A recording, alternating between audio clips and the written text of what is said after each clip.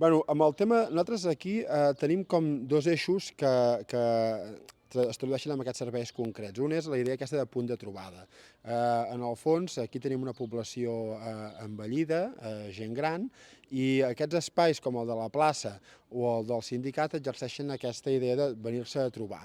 No? I jo crec que això doncs, ajuda a fomentar una convivència més saludable entre tots i a generar dinàmiques com molt positives des del punt de vista de la comunitat. I l'altre gran eix és l'alimentari. Llavors aquí nosaltres el que estem fent amb la part d'alimentació és fomentar i donar molta visibilitat al producte local d'Olvan i del Berguedà i també en el marc de proximitat doncs, a Catalunya i a la vegada entenem que és important perquè també estem fent un abastiment bàsic per molta gent doncs, que no tenen carnet, aquí al final doncs, el quedar-nos sense botiga obliga la gent a desplaçar-se als pobles veïns i jo crec que això també és una manera doncs, de fer aquest abastiment més bàsic de cara a la població que no té aquests mitjans. Amb recursos propis no ho haguéssim pogut fer. Al final, els ajuntaments petits, el que recaptem en forma d'impostos sol anar per les despeses de manteniment i personal del municipi.